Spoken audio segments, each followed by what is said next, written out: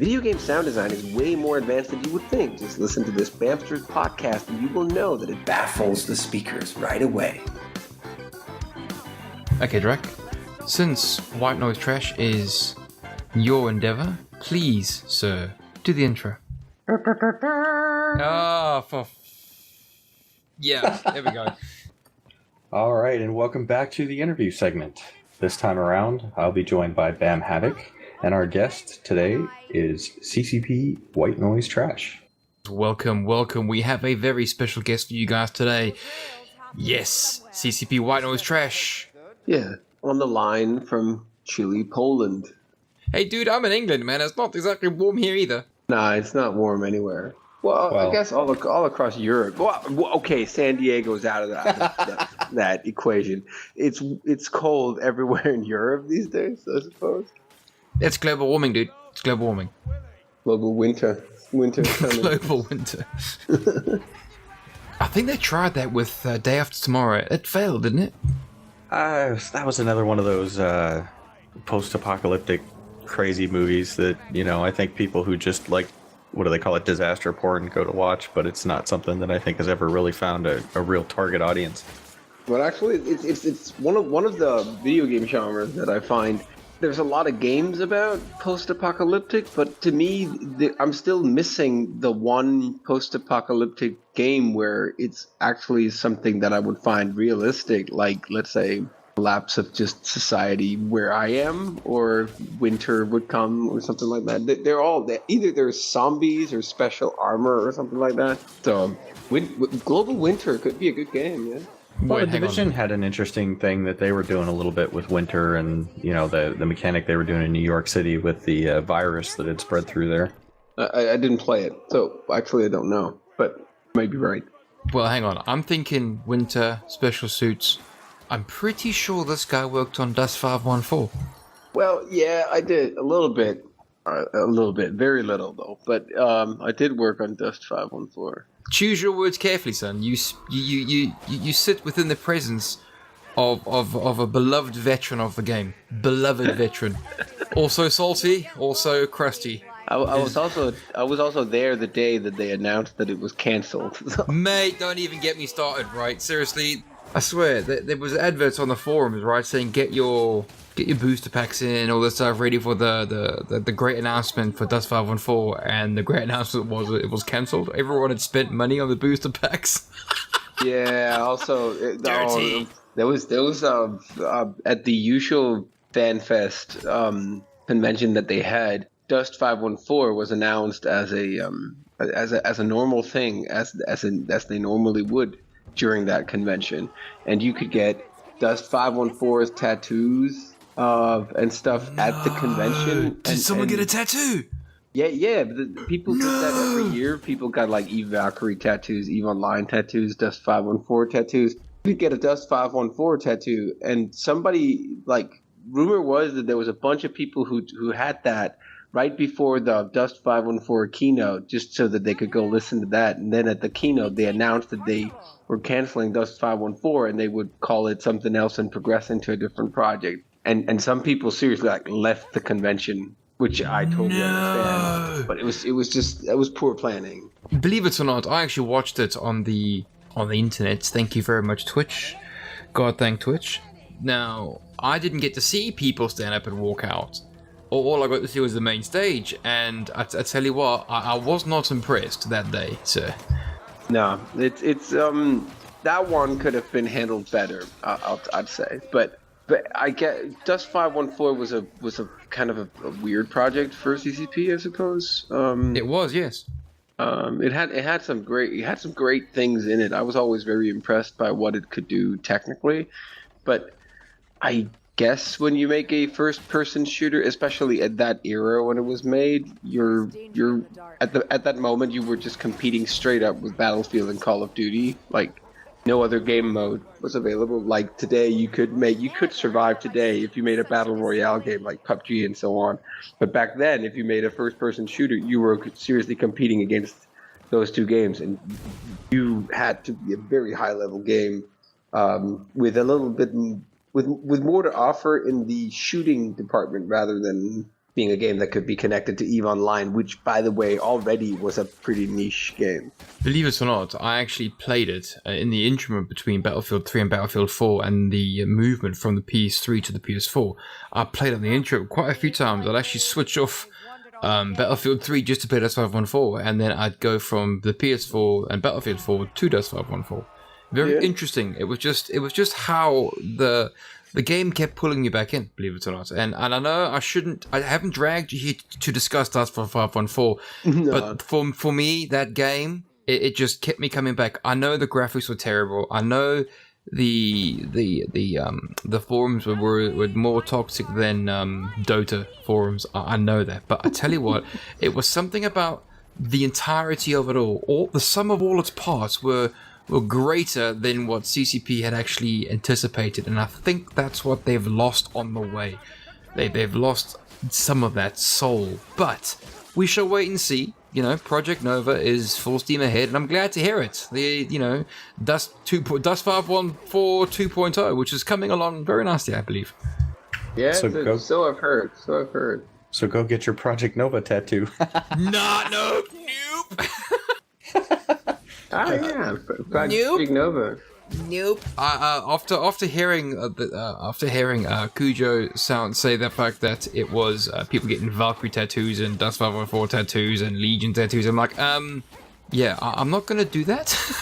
No, it's the tattoo part. I mean, come on, it's fair enough that you at a convention for, let's say, EVE Online can get an EVE Online tattoo, but the tattoo parlor, which is attached to the convention, still had the Dust 514 tattoo. Even after the keynote, they still had it on display, as one of the primary tattoos you could get at that parlor during those days. And that was I guess poor communication. That have you not seriously thought about what if someone gets the specific tattoos and you cancel the project? And I don't think they thought about it that far, but Yeah. But I tell you what took me with Dust 514 was the Foley, and I take it you, sir, are a Foley wizard. I did my fair share of Foley, but actually I didn't do any Foley on Dust 514. But tell. What audio have you done for Dust 514? We did work on some of the mixing parts. I came in on the project very, very late, so I guess maybe I added a small, tiny sound here and there towards the end of it. But mainly, I was looking over the shoulder of the mixing dude towards the end of the project. The main part of the project is made by a guy named Mike. I forgot his last name, but he did the primary parts of the whole game. Then I signed up with CCP right before, yes, maybe 6 months before final release of it, something like that. So I would sure, my name is probably in the credits, but I wouldn't say that I exactly did much for it. But I can say that I'm in the credits. That's it. You've got accreditation, dude. That's all that anyone really cares about nowadays, is it not? In games, it's all that matters. So we've actually jumped ahead here, my good sir. Please, could you tell us who you actually are? Because I do this all the time. I jump straight into the meat of the topic and not introducing you properly. So could you please tell me in your own words who you are? My name is Bjørn. I'm a Danish sound designer. I work in the AAA game industry. I have been around for many years, also before AAA, just trying to get into video game audio at all. And then that succeeded about 8 years ago when I started to get more and more gigs on small games, and then eventually I came into AAA, like EVE Online, Dust 514. They had some other projects like The World of Darkness, which was a scrapped MMO, which was a good game. But then I moved on, started working for IO Interactive back home in Denmark. We did Hitman, and we were all made redundant last year, which was also a shame. But then after that, I'm still in the AAA industry with a big company working on a big anticipated hype project, which is fine. And on the side, I run a YouTube channel. I run the mentorship channel as well, where I help young aspiring sound designers. And I am married. I have 2 kids, and I am now an expert of painting and renovating new houses. Yeah, that was one of the things I thought was kind of interesting when I was doing some research for the interview. Saw that you had the Patreon and some of the stuff that you were doing with teaching. How did you get into teaching? Like, how did you transition from like making game audio and then make the transition to teaching others? During my studies myself, and because I work in games, you often get invited to like local schools to do a little bit, like do one lecture, and that's one thing. But first for many years, I thought about having this YouTube channel just about game audio, basically just as a way of trying to express myself. It sounds so vague. What I mean is that in a creative field, you quite often learn a lot when you have to explain yourself to others rather than you just sit alone and try to do stuff. So making the YouTube videos that I did maybe 5 or 6 years ago were basically just because I had to like explain in words what I was doing, which boosted my own creativity. Then when I was made redundant at IO Interactive, I needed something for my resume, sort of like give me a better opportunity of getting a new job. And I started making all these YouTube videos because I already have, at that time, game material to show in my show reel. I already had a portfolio which had several AAA games on it. So it wasn't my portfolio and my show reel that was going to do the trick. I needed something like more to make these companies like my profile. So I started making these YouTube videos, which was what I would like to see from candidates myself if I was to hire someone, like answering the question of, can I actually use a game engine? What would I do with this and that middleware and so on? Started making these videos about that. Then it sort of like kicked off because I found out that people were willing to suddenly pay me to like help them out with various things. So then I formed the Patreon channel, where the primary function of the Patreon channel is simply that people who want to, you don't get anything special apart from access to my Discord channel when you support that. But you simply like by paying for the Patreon, you basically support the time I take off to create the material that is on that website, which is great because then it's not totally in vain and I don't sit for hours upon hours for free and do it. But then it sort of like spawned into that some people were starting to ask if I could like give them personal advice for their careers. Now you can sign up for some well, I wouldn't exactly call it expensive, but like it's $50 a month where then I help you out. I am basically your mentor for whatever you're doing. And I have a couple of students there already who they're quite different. One of them needs basic Unity doing stuff, and the other one has a very, very specific project that he needs me to help him with. So I learn a lot from it because teaching is, well, I guess the way I teach is simply by talking about the stuff that I know myself instead of like just having some lecture that I run through. It's all ad hoc and it's all very creative, spontaneous stuff. So I have to be creative myself to do it. So if my teachings wasn't like that, then I wouldn't benefit anything from it, I think. Well, some of the videos I saw on the YouTube channel, you're the kind of teacher that I would appreciate, in that it looks like you're trying to get the students out and doing things versus, like you said, just a lecture. Getting out in the world and experiencing and recording sound was one of the ones that I saw where, like, for 5 minutes write down everything you see, so that when you're doing like background or ambient sound for maybe a cityscape, you have some ideas. Yeah, I think one of the ones that stood out for me that I thought was kind of neat was the piano destruction videos. How much fun was that? It was super fun. Like just for whenever, how often do you get a chance to like wreck a piano with a crowbar? It was so fun. Yeah, and some of the sounds I saw you guys were getting off of that sounded really interesting. And I kind of wonder though, did you like instantly, were there certain sounds that came out, you're like, oh, I can use this for that, or are they just sounds you're putting into a library for later? And both, because before we even start, then I guess that comes with experience in my case. But when I just see an object, I already get ideas like what can I record with it, what can I do with it, and what can I use it for. But always when you then start to record something, there's always artifacts and results that you did not expect. So with the piano recordings, maybe I guess the recordings that I was expecting, sure, those are there. But that's maybe only like 10% of the material that we got. The rest is just pure happy accident that was really awesome. In the video, there are these resonating parts where we make the strings resonate in a certain way, and that's because we just found out when we were there, oh, we can do this. That wasn't something that I had thought of before. And normally when I collect material like that, I have this production method that I call Lego production.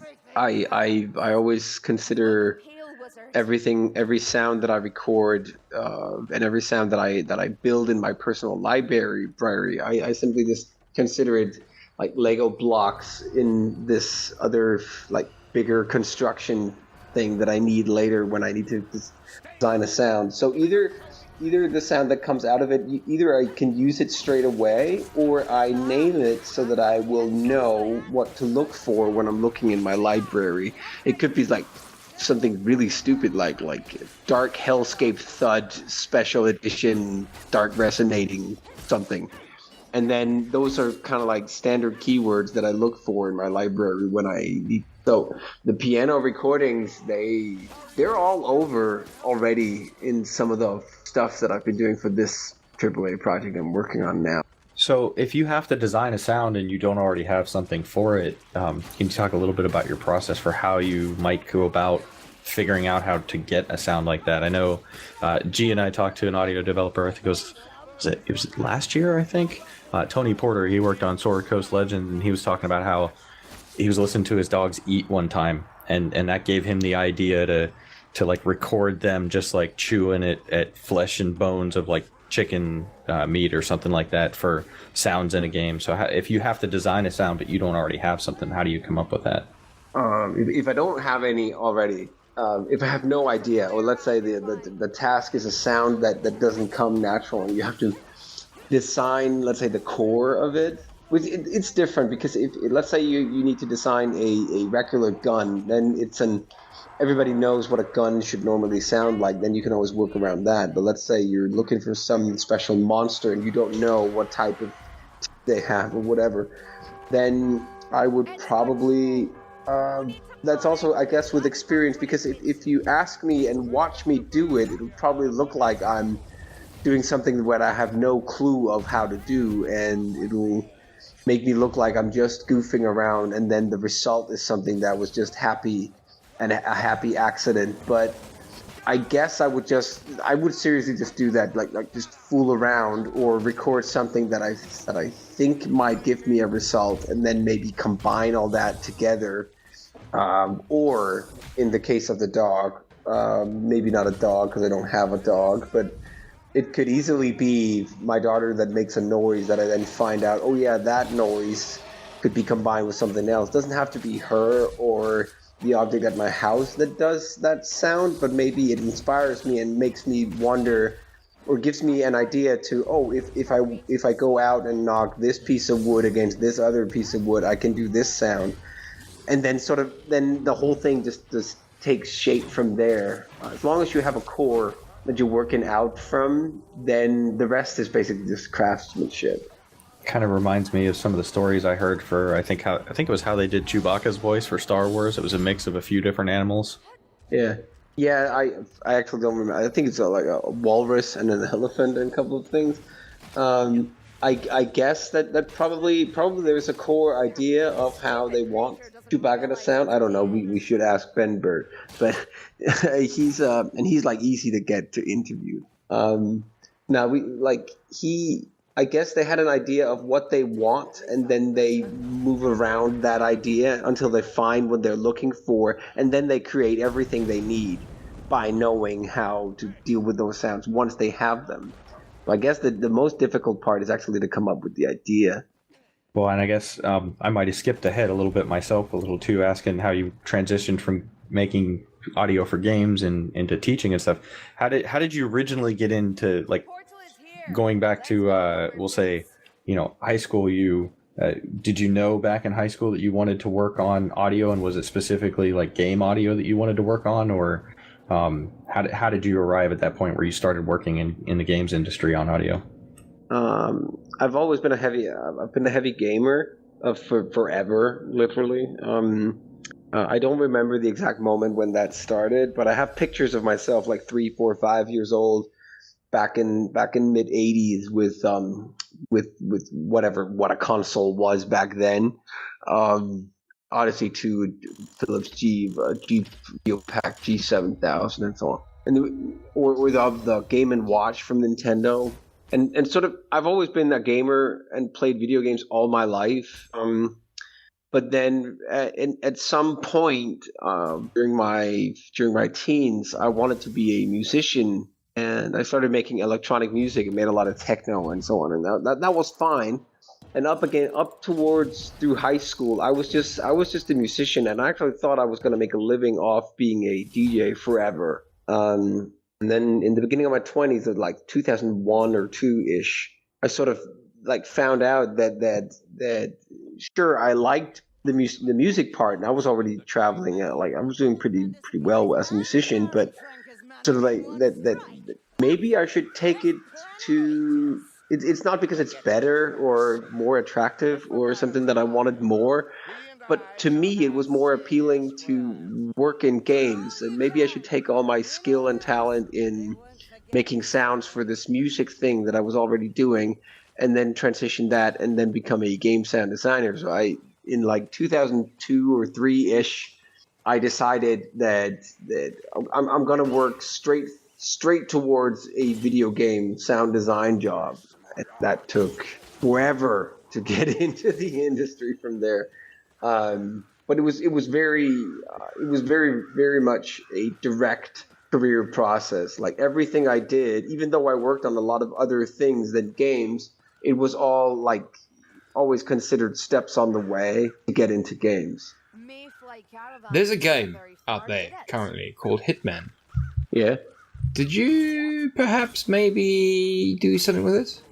The new one that was just released a couple of days ago? Yes. I don't know if the work I did on it is still in the game. Right. I'm pretty sure my name is in the credits because I did actually work on this one. I haven't played it, so I don't know if the stuff I did or the ideas that I had or the tools I designed is in there. But I'm invited to the release party. That means you're in it, dude. So I'm pretty sure I'm in it. We did some interesting stuff for that. I wrote some articles during my time there that I published about how we were trying to deal with certain audio issues in video games that we had at that moment. In the first Hitman that came out a couple of years ago. In the first Hitman, but season 1, the first of the new 2 Hitman game that came out. We had some stuff with that, and I guess that still goes in the new one.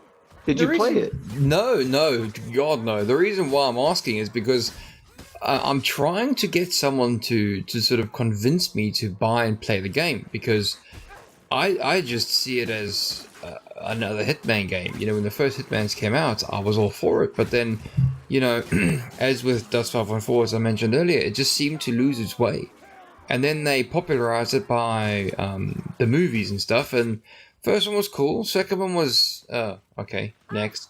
So, now that Are we talking about the movies or the games? I'm talking about the movies. The movies have kind of killed the franchise for me, you see. There was more than one Hitman movie? There was.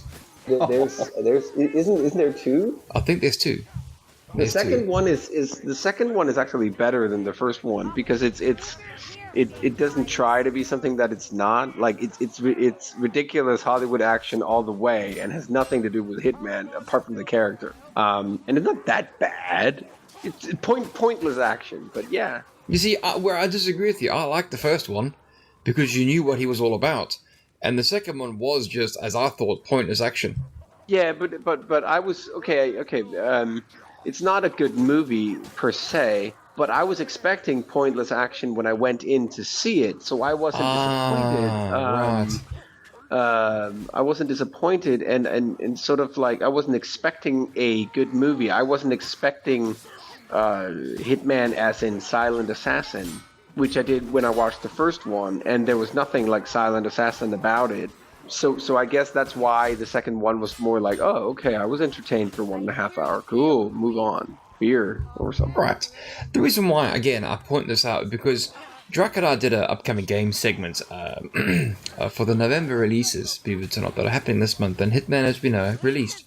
And we both sort of scratching our heads going, yeah, this is just another one of those, yeah, never mind. We'll skirt around it, and we couldn't find a good thing to say about it. So now that we've got a guy who actually did the sound on it, do you have a good thing to say about it and try and convince us to buy the game? Obviously, apart from the fact that you worked on it, so you know, that's a given, I suppose. We tried. I don't know if they actually used that, but towards the end, before we were made redundant, before the whole economic reasons, we were trying to focus on what is it that makes a game annoying for players, like trying to get rid of every tiny little bit, at least in the sound department, like every sound that would make a player quit prematurely. Like if there is a sound that bothers you, then of course if you can point your finger at a sound and say that this sound is annoying and that made you quit the game, then of course it's really bad. But we had this theory about that maybe there is a number of sounds in a game which subconsciously bother you slightly, and combined in total over a length of time that makes you maybe get tired of it earlier than you should. So instead of one of the focus areas that we had during the pre-production, or at least during the, let's say, the research period that we had for the new Hitman, was which sound do you hear the most? It's intriguing to say, oh, we made this new one gunshot, or we made this cool cinematic, or the whole thing sounds grand, or something like that. That we tried to steer away from that and then figure out which sounds do you hear the most. And in Hitman, what you hear the most is literally like footsteps and doors opening and closing and so on. It was like actually different than you would expect. And I guess it is like that for in many video games. And so we tried to come up with a system that none of these sounds could. And then in sound theory, there are some things such as like there's things called the cocktail party effect and repetition annoyance and so on. We tried to take all those theories and all those practical things that we all learned at audio engineering school and tried to like combine how do we avoid these things. So there could be none of these sounds could be repetitive. They could not have anything between 2 or 3, not just 2 or 3, but like have thousand versions of opening and closing just one door, and thousands of versions of explosions, which was also another thing. Footsteps would have all these thousands of variations, simply to try and get rid of nuisance that occur if you recognize any sort of pattern, or you remember that you heard this specific sound before. That was some of the research that we did for after Hitman 1, Season 1, which I guess might still be in this in this one. I guess maybe the explosions are like that because I did those. Yeah, I don't see why they would take those out because we finished those before we were made redundant. So. And speaking of explosions, I think you just blew my mind. I'm sitting here like Neo experiencing the Matrix for the first time, like getting that in depth into like sound theory and stuff. I never would have guessed that audio devs for games really thought that strongly about it.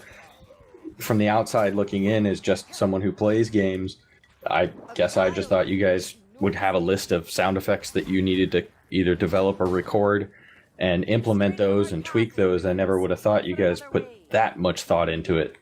You can have really, really great games where there is no sound theory, like let's call it advanced game audio theory. You can have great games where there's not a single sound where you have put that sort of thought into it, or tried to combine it with the game design or anything like that, and it sounds great, and it's a great game. And then you can have games where everything is thought out and nitpicked into tiny details like that, and it sounds like shit. It's a fine line, but we tried to take some theories and some thoughts about what would make how can we make the game sound better without necessarily changing the way we did the sounds as a craft. We were trying to figure out how can we make the game sound better, and how can we, if players quit the game prematurely, at least get rid of the fact that it might be the sound design that was the reason that people would quit. In sound theory, there's this thing called the cocktail party effect. Which I don't know if you know it, but if you're at a party and there's thousands of people talking, for some reason you can still sort of ignore all the noise in the room and focus on the person right next to you speaking, even though theoretically you shouldn't be able to, because it would drown in all the noise. And it's the same thing when let's say if you're sitting in a room where your refrigerator is running, if when the fridge actually turns off, then you notice the silence. You didn't notice that it was actually super noisy before, and when the silence comes, you realize how noisy it was before.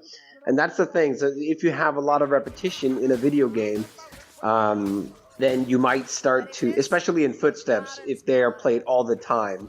We had different categories. We can get to that, but let's say with footsteps that are played all the time, if these are so repetitive that they sort of become irrelevant to the human brain, like if our psychoacoustics in our head start to think of these footsteps as irrelevant information, then they would just disappear from our conscious listening. And that would mean that if you would then suddenly notice them again, because they were too loud or too noisy, or some sort of pattern would occur that changed your perspective on them, then that would subconsciously make you slightly annoyed over them.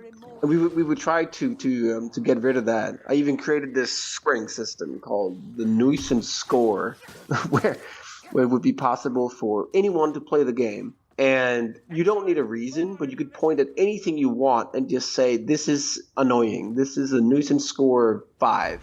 And you don't need more reason than that. You just have to think about afterwards, why is this scored 5? And then fix it. And we never got around to implement that. If I had continued working there, maybe we would, but it's something that I've been trying to research a lot upon afterwards. Right, I'm going to jump right in here. Right, there was a video game I reviewed a few months back, right? And this is, since you mentioned footsteps, this is something that caught me and actually didn't frustrate me, it didn't irritate me, it confused me, right? And honestly, I think it's basically down to company budget, the reason why they didn't do this. Now, the game I was playing was called Shadows Awakening. Great game, loved it, still playing it. I'm on round 3 now. I'm going to be the whole game, extra hard mode, all this jazz, right? But the bit that keeps, I want to say, pulling me out of the sort of immersion of the game slightly is the footsteps, believe it or not. Now, you have these various characters, and each character has its own footwear. Now, there's a werewolf, there's a barbarian, there's an Iron Maiden, there's a zombie dude, there's a thing, but all the footsteps are the same across every single type of surface. You get the zombie footsteps across the gravel, sound the same as the armor footsteps across, like cobblestones. And that did suck me out the game a bit because it doesn't fit right. I wouldn't say it frustrated me, I said it confused me. To know that when you were working on Hitman, you guys were working to the point that footsteps would basically be such a frustration point that people would quit the game and not be playing the game, is actually quite interesting. Yeah, we don't have any, let's say, conclusive. We're not academics, so we don't have any conclusive research that says people quit early because of it. But we have all experienced, just like you have right in that game, experienced that it's actually not a difficulty. It's actually much easier to create immersion than people think. It's easier to create. It's very easy well, not very, but it's easy to create immersion if you think of how easy it is to break it again. So we were looking for focus areas of how can we not increase immersion, because immersion is probably already there. How can we avoid breaking immersion as our primary focus area? And by that, we were like, how do we avoid breaking immersion by having annoying footsteps or having annoying doors or anything like that? That was one of the key areas that we did when we were working on Hitman. You see, I don't think it would be a case of annoying doors. I'd say doors that didn't sound right when you opened them. So, for example, when you opened a metal shutter, it sounded like a squeaky wooden hinge. Yeah, that but I think would break it. No, right. So you're using the term annoying. Okay, right. I'm with you now. Apologies. Yeah, no, it's no. Don't worry about that. It's quite important because if you are playing a game, you don't have to know jack squat about sound. It could also be graphics or gameplay or whatever. But if we're focusing on audio, then if there is a door and it sounds wrong to you, you can point your fingers at it and say, this annoys me, or this bothers me, this breaks my immersion, or anything like that. The point is that I, as the dev, cannot by word tell you that or try to explain to you why it shouldn't be. I should listen to you solely upon, okay, this was annoying to you, this was a nuisance to you, this broke your immersion, okay, I need to fix that. Because it's not about me explaining and be like, oh, you're not listening right, or this door is meant to be like this or that. Because if it breaks your immersion, you're the customer. You know, that's a big problem. So we were trying to really focus on how can we avoid that situation where people like quit the game or feel bothered or the immersion is broken because of something in the sound design. Like, sure, the game design, the graphics, and everything like that also needs to be in order, but it sort of like had a goal. One of the direction goals that we made during the pre-production of this one, that it should definitely not be the sound design that made people quit or made people bothered by something in the game. Right, that actually makes a lot more sense than my random rambling that was going on there. So thank you very much for clarifying it. No problem. But it started out as there was this teacher at the Conservatory of Music when I was studying there during my bachelor's degree studies of electronic music composition, which was great. And there was this guy. He would ask all these questions where you didn't need a reason. That was this is what fueled my my reason to come up with this system. And he said that everyone in class, instead of bringing your favorite track to class, and we should listen to a track that you like and why you enjoy it, everyone should bring a piece of music that bothers the fuck out of them. The kind of track that if it's played on the radio, you would turn off the radio or switch channel. Like, we all know that kind of music track that bothers us so much that we cannot listen to it. And we should bring it and we should play it and everybody should listen to it. And no questions were allowed when it was done. It was just simply the fact, this bothers me. Because you don't necessarily need a reason to say why something bothers you. It just does. And that made me realize when we were trying to come up with this system for video games that instead of saying, oh, now the footsteps or the doors or the explosions, those are the three things that we actually did work on this in this way, was that let's get rid of all the common reasons to why this would bother people, because then if it then bothers people, then it's bad sound, which is another thing. But at least it's not the repetition of these objects that becomes problem. So I know what you mean. Yeah. Yeah, I mean, case in point, that John Denver song, "Take Me Home, Country Roads." You know, that song annoys the living buggery out of me, like. Yeah, and you don't need a reason. Like you can say it does, and I can never question why it bothers you. Oh, well, you can question me. The reason why it bothers me is it's attached to a certain AAA game out there that doesn't really fit. It buggers me. It's like, hang on, don't you have a phone? Don't you Yeah. listen to the Spotify's? No, hang on a minute, son. No, don't attach one of my faves to a video game that just nah. Nah, but it's you I know you get the point. I can hear it. So it's Oh yeah, I'm with you. yeah. We gave it a lot of thought in the pre-production of that Hitman game. But since I haven't worked on it for a year, I don't know how much went or stayed or whatever. But I know that I did finish the footsteps. No, I did finish the explosions, and we did make a new door system before we left. So I guess they might be in there still. At least the explosions. Those were nice.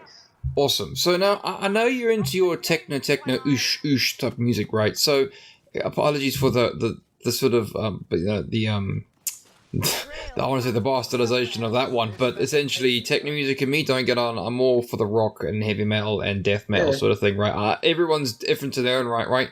Now, my question to you is, right, and this will probably be my last one because I can see Drac is itching in the corner there to ask you many more questions.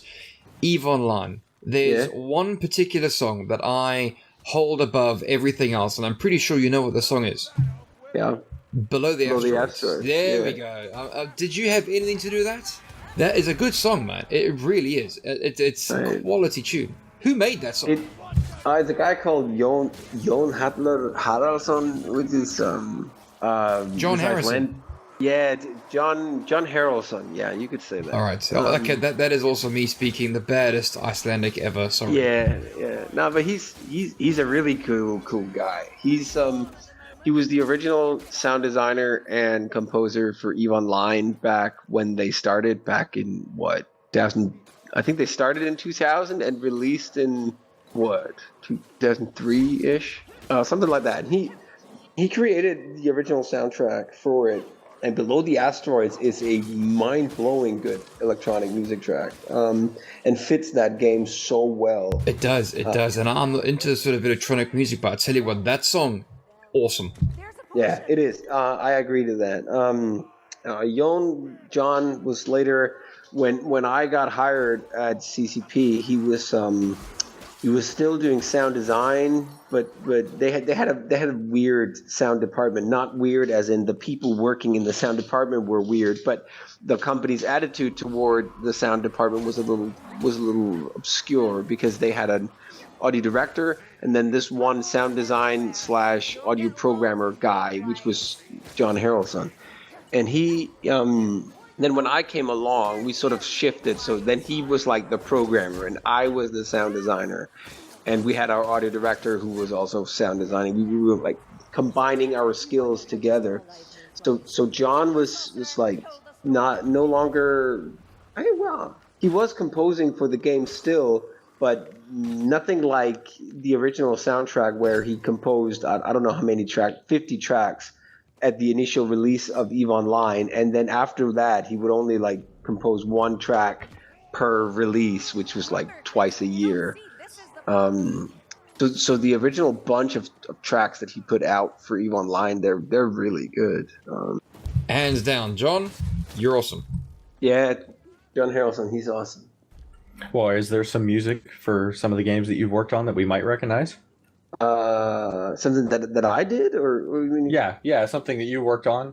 No, not really. Well, actually, in EVE Online, there is some music in the background when you go to specific ghost sites or these pirate sites where when the NPCs occur, there's this beat that occurs. I did some of that. But that was you. Yeah, I don't know if it's still in there. I haven't played the game since I left the company, but we did some of that, some of those beats that were there. What the interesting part of that was that was our first try to experiment with that. We had a tune unfold as you were playing those quests. Like when there was no NPC, then there was a certain background drone playing, and then when the NPCs were coming within the next couple of minutes, then the beat would start to come in, and when they arrived, the music would be cranked up and so on. I guess the problem with EVE Online was that most people would play with sound off or the music off, which was like a really, really big problem. for EVE Online in particular. I think while I've had to do that with some games anytime we've streamed or recorded for YouTube, because what ends up happening is that the music ends up hitting some algorithm and then there's copyright claims on it. So we end up, when we do the recordings of video gameplay, we end up turning the music off, which is kind of unfortunate because I don't know, I've always felt like music can really help to set the stage of like the atmosphere that you're playing in. Yeah, like personally, I don't get why anyone would play a video game without sound or music. You're basically missing half the game, aren't you? Yeah, I believe you are, and that's not just because I'm a sound designer. It would, to me, it would be the same thing as if I closed my eyes at the theater. It's part of the experience that I don't understand why people would miss out on. To some extent, I do know some people who play, let's say, Call of Duty and other games where they just turn off the music. They don't turn off the sound because they believe in the more realistic approach. You can hear the breathing and the footsteps and all the movement and so on. And the music sort of like puts that off to them. That I can sort of understand, but I wouldn't do that myself. It's like I don't watch dubbed movies. I only watch original languages, which is the same thing that when I play a video game, I play it on the settings that just came with it, and I like what the developer did. I don't install. I'm not a big fan of mods because I usually just want to play what the developer wanted me to try, which is why I think that sound and graphics and everything like that should stay the way the developer intended. Fair enough. Each to their own. That's a personal opinion. Dude, each to their own. Honestly, each to their own when it comes to that. I mean, I think mods are great. I think mods can improve. I think mods can also take away as well. You know, and you said it before. You know, it's like going to the cinemas and then not actually watching, but just hearing. Yeah. So you are missing half of it. I agree there as well.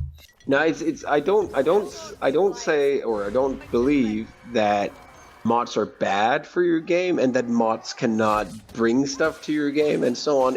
I do also play with mods, but it's like I also sometimes like to play the game as the developer intended, which is why I don't turn off graphics. I don't turn off. It would be like if there's the option to turn off gore because you might be offended. Like, why would I do that? If the game is made to be gory, then let's watch it. Or I would play another game if I didn't like it. Same thing with I don't know, it would be the same as going to a movie theater and then watch a movie where they cut out all the scenes that was about something specific because that's against my opinion or of life or something. Watch a movie that's been edited for TV.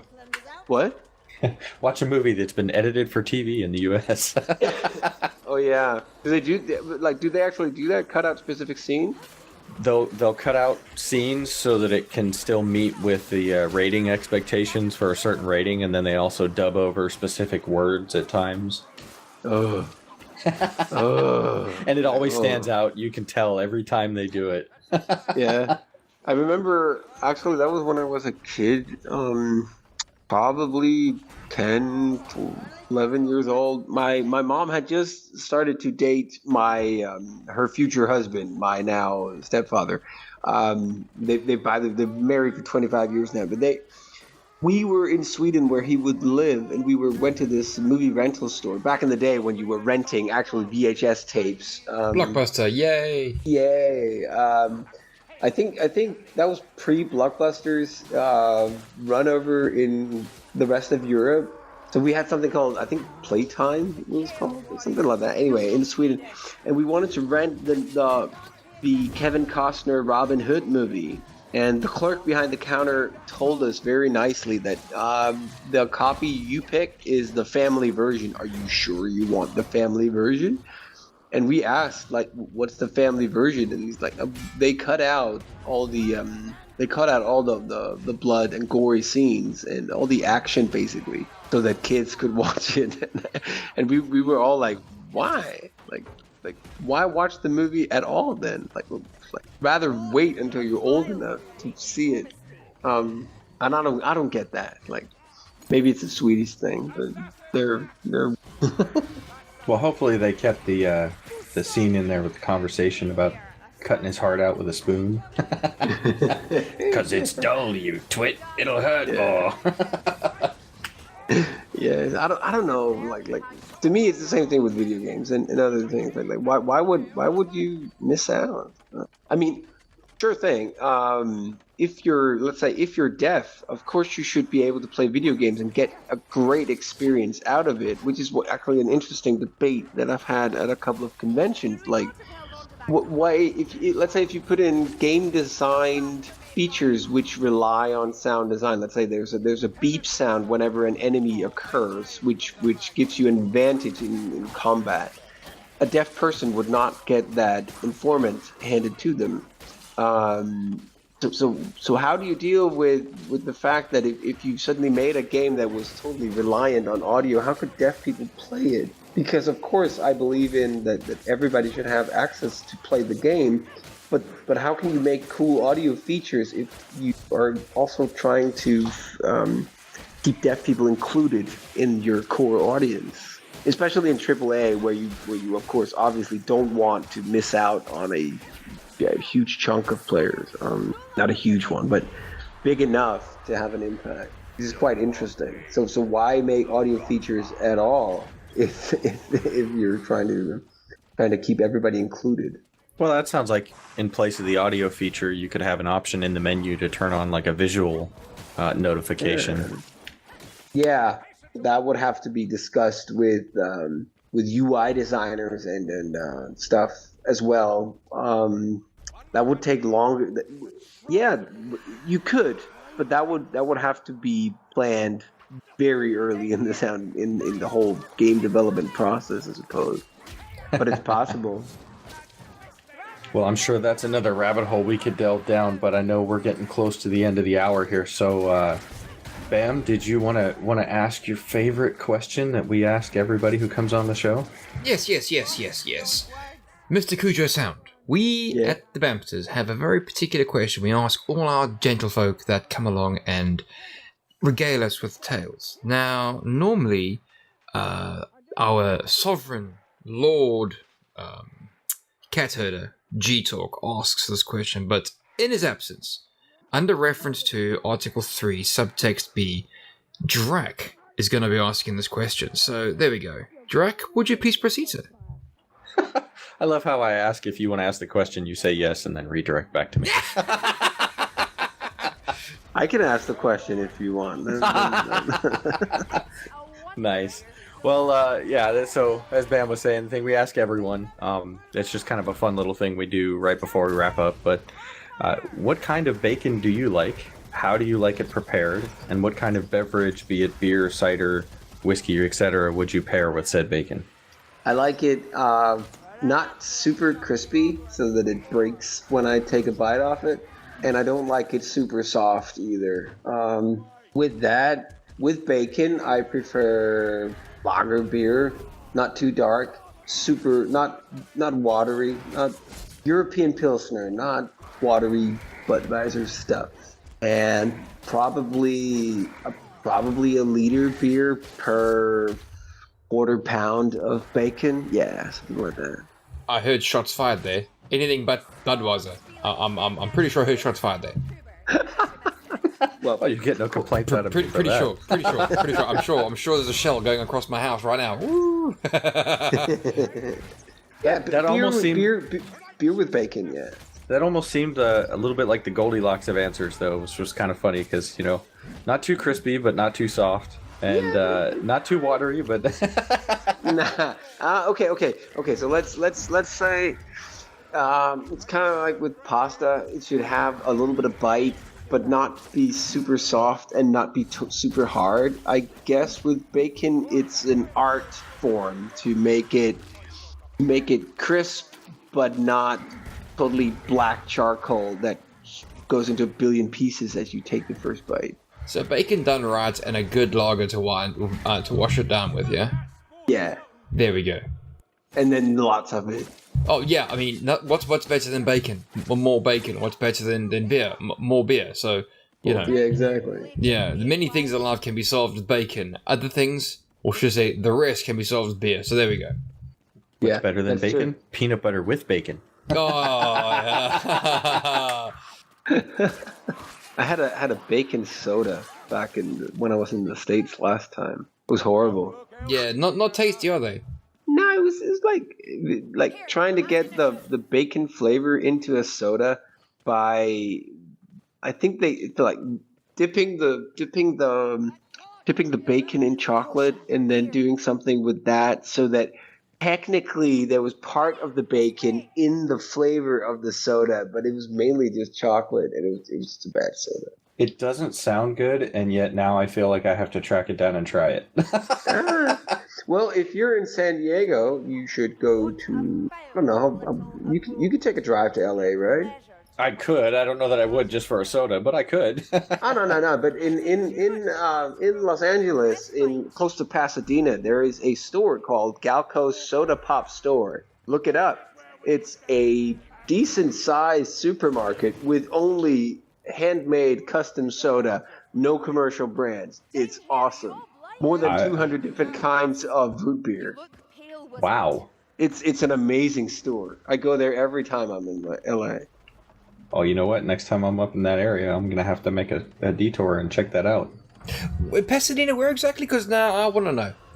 It's a suburb to LA, I suppose, without knowing the specifics and without hurting anybody's feelings from LA. I don't know. Wouldn't that be correct? Yeah, don't want to hurt anyone's fifis. You never know what's going to happen. No, it's like... Yeah, I see something here. Galco's Old World Grocery and Soda in Los Angeles. Yeah, Galco's SodaPopStop.com, I think it is. Okay. They even have great, a Wikipedia page. Yeah. You learn something new every day. It's not SodaPopStop.com. It's awesome. Like, he has literally everything that you haven't tried before in terms of soda. Oh, great. So if they don't have it, it isn't made. Nah, yeah, or not worth drinking. So. but yeah, no. So that's a cool place though. If you ever go to LA and go buy it, so. Right, gentlemen, let's shut this bad boy down. You learn something new every day. Cujo Sound. Thank you very much for joining Drac and myself on this lovely, lovely whirlwind discussion about Foley and in-game music. Thank you very much for delighting us with your tale, sir. Hey, no problem. It's been an honor. Thanks for having me. Yeah, thank you very much for coming by, and we'll make sure we include links in the description for Cujo's website, his Patreon, Twitter, all that, where you can find him, including his YouTube videos that we were talking about earlier. Yeah, thank you. Very interesting watches. I've seen one or two of them, and it's a lot more in depth than what you actually think about just basically clicking sounds, and it's a lot interesting. Go watch it, guys. Interesting stuff.